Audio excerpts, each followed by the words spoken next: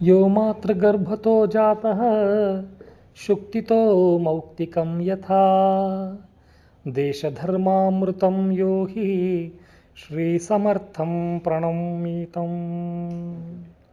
स्फूर्तिशक्तिवसन्तो यः पुण्यज्ञानसरोवरः रामभक्तेर्य आरामः श्रीसमर्थं प्रणौमितम्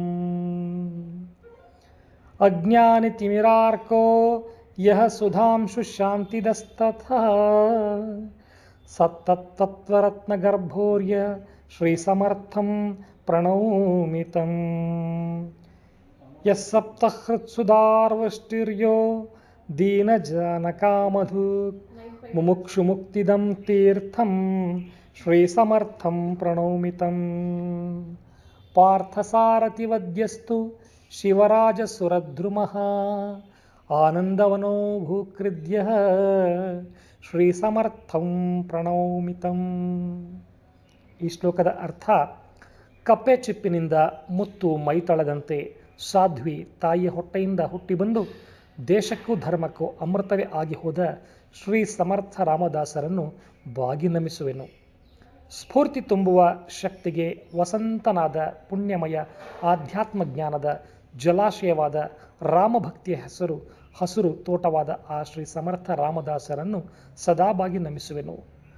ಅಜ್ಞಾನ ಎಂಬ ಕತ್ತಲೆಗೆ ಸೂರ್ಯ ಹಾಗೆ ಶಾಂತಿಯನ್ನು ತಂಪನ್ನು ನೀಡುವ ತಂಗಿರಣ ಚಂದ್ರ, ಸತ್ ಬ್ರಹ್ಮದ ತತ್ವ ವಸುಂಧರೆ, ಇಂತಹ ಸಮರ್ಥ ರಾಮದಾಸರನ್ನು ಬಾಗಿ ನಮಿಸುವೆನು.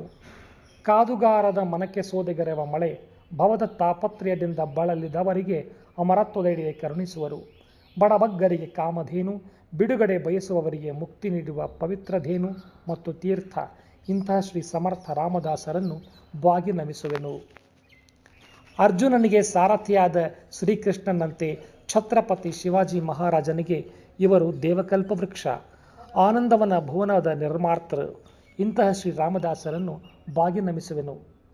ಶ್ಲೋಕ ಪಂಚಕಮೇತದ್ಯೋ ಸಶ್ರದ್ಧೋ ಭಕ್ತಿತಃ ಪಠೇತ್ ಆಯುರಾರೋಗ್ಯಮೈಶ್ವರ್ಯಂ ಭಕ್ತಿ ಮುಕ್ತಿ ಸವಿಂದತಿ. ಈ 5 ಶ್ಲೋಕ ಸಮೂಹವನ್ನು ಶ್ರದ್ಧಾವಂತರಾಗಿ ಯಾರು ಭಕ್ತಿಯಿಂದ ಪಠಿಸಿ ಮತ್ತು ಶ್ರವಣ ಮಾಡುವರೋ ಅಂಥವರು ದೀರ್ಘ ಆಯುಷ್ಯವನ್ನು ಮತ್ತು ಆರೋಗ್ಯ ಸಿರಿಸಂಪದವನ್ನು ಭಕ್ತಿ ಮುಕ್ತಿಗಳೆಲ್ಲವನ್ನೂ ಪಡೆಯುವರು. ಶ್ರೀ ಸಮರ್ಥ ಪಂಚಕಂ ಸಮಾಪ್ತಿ.